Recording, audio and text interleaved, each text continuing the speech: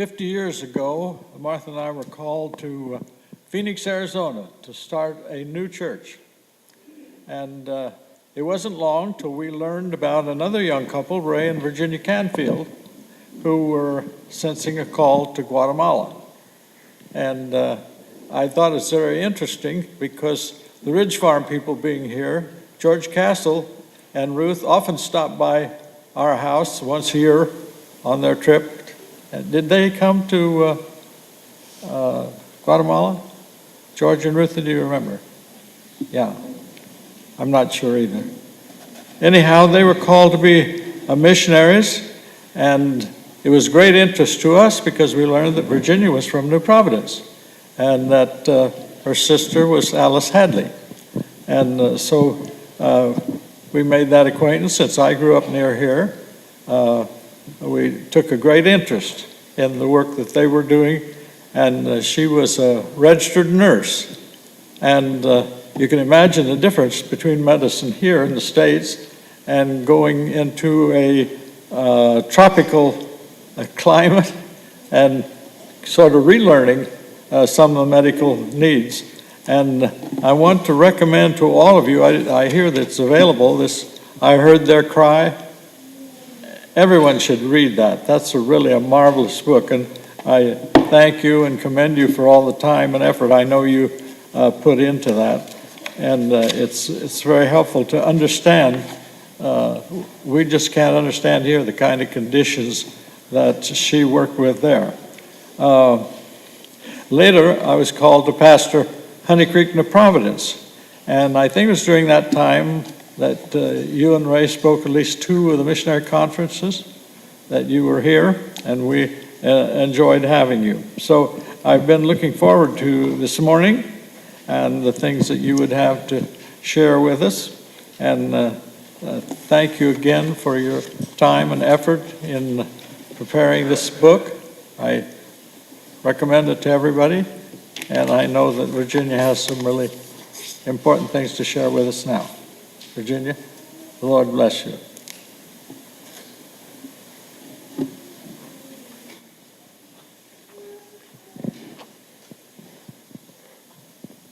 I'm a little, okay, turn me on. I'm a little short on one end, so we agreed that I wouldn't stand behind the pulpit this morning. Ray is not with me. We 2 or 3 months ago decided that I would come on this trip and he would not. And now as today is here, he is really sorry he's not here. He's out in California.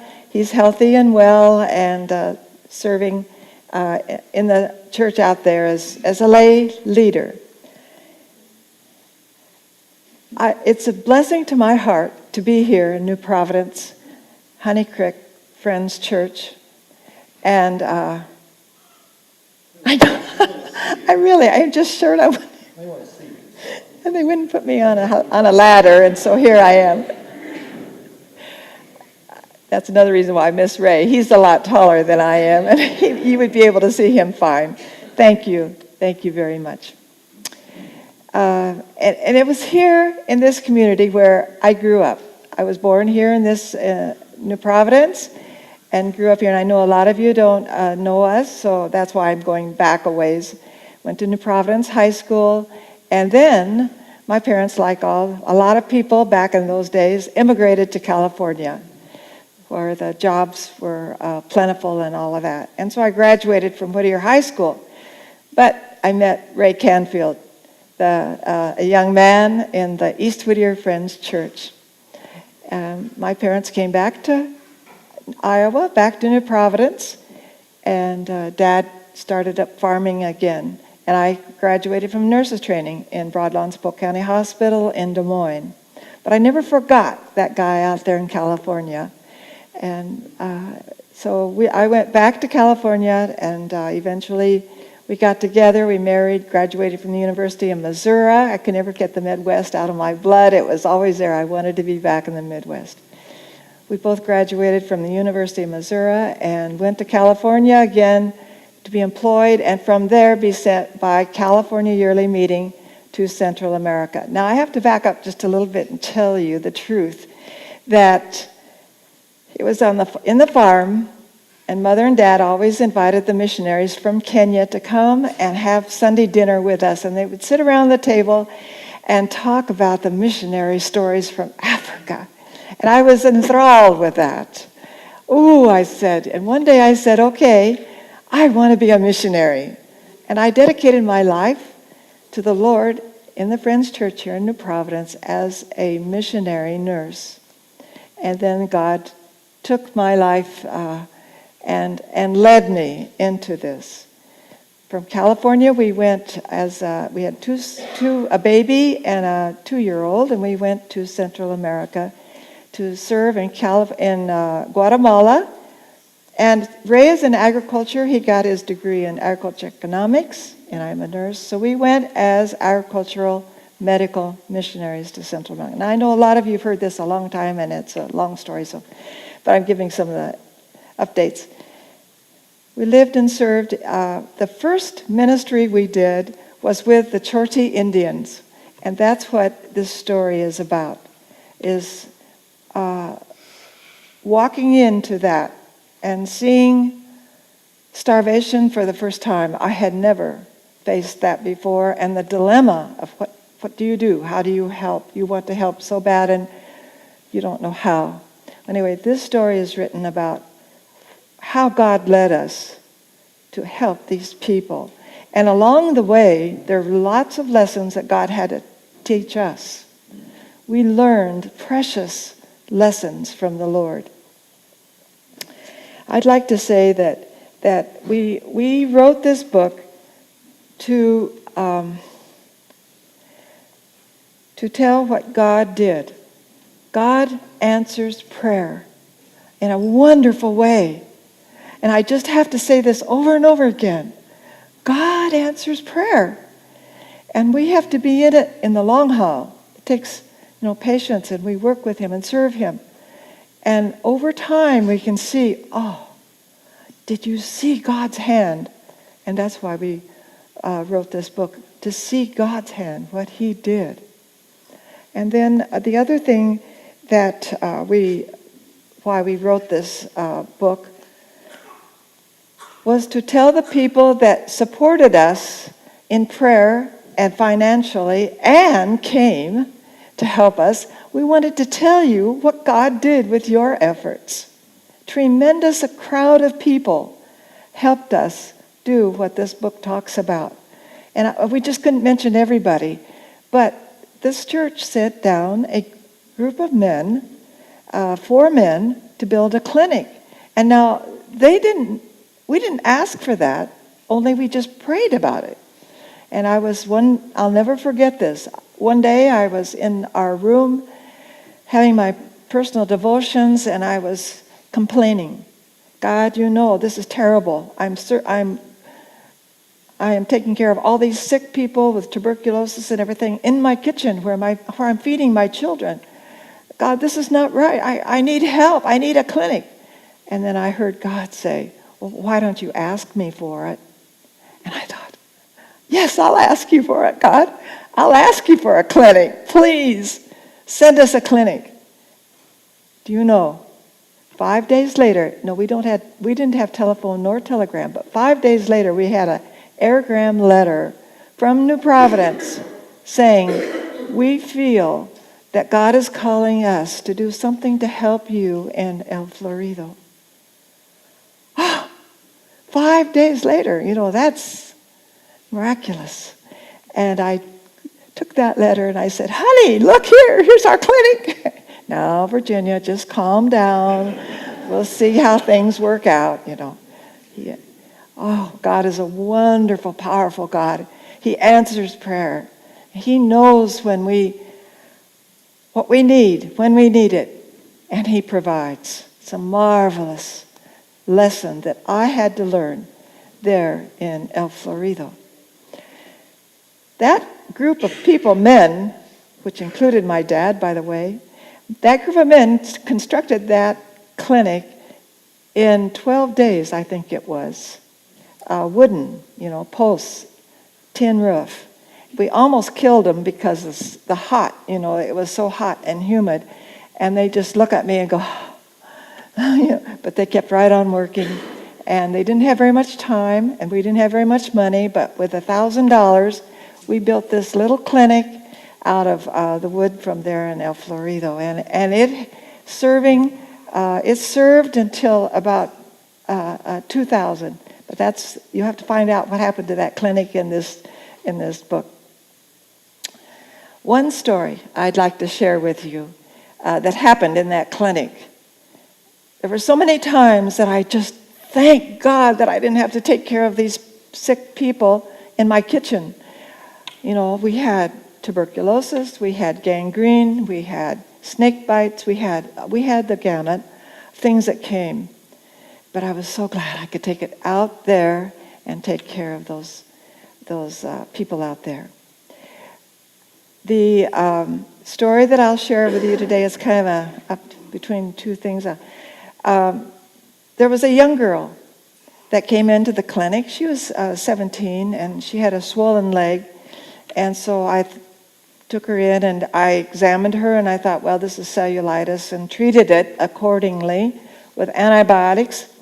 And then she kind of acted kind of funny, and I said, what's going on here? And she said, I'm pregnant. And I said, oh, no, you're pregnant? You don't look like it, you don't know. She said, I'm 7 months pregnant. I said, oh, uh-oh, this is really bad. You know, we're way out here. The closest doctor is probably at least 2 hours away in a rough road and a ferry crossing. And so I sent her common law husband. He was probably all of 18. I sent him to look for a car because Ray wasn't there, to go get a car to take her to the hospital. And after he left, and I'd sent away my only hope and my only help, then she went into full-blown labor. And I thought to myself, oh, we're going to have a dead infant right here in the clinic. So I prayed, oh God, please help me, give me strength and wisdom.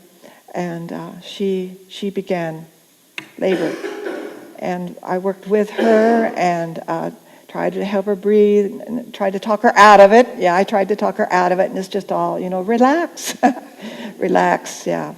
Well, she went into labor, and I called in my maid to come help me take care of the infant, because I knew we had a fragile infant, if it was alive, a fragile infant. So I asked her to come, and I had to convince her to come down, bring the shoebox with a nice blanket, and we'll try to take care of this infant. She went into labor, and it was a footling. Now, if any of you know medicine, a footling is one of the most difficult, dangerous deliveries for an infant. But I had just been preparing for a breech birth 2 weeks earlier from another lady, so I knew exactly, I remembered exactly how to handle that labor and delivery and the delivery of the child. So I very carefully remembered, and step by step, I helped that little baby be delivered. And when he was in the palm of my hand, just past my wrist, was the length of that little infant. And completely out, he took his first breath. He was alive, really alive. And then I clamped the cord, and my maid was there with a little shoebox, and we put the infant in the shoebox, and then she began to hemorrhage big time.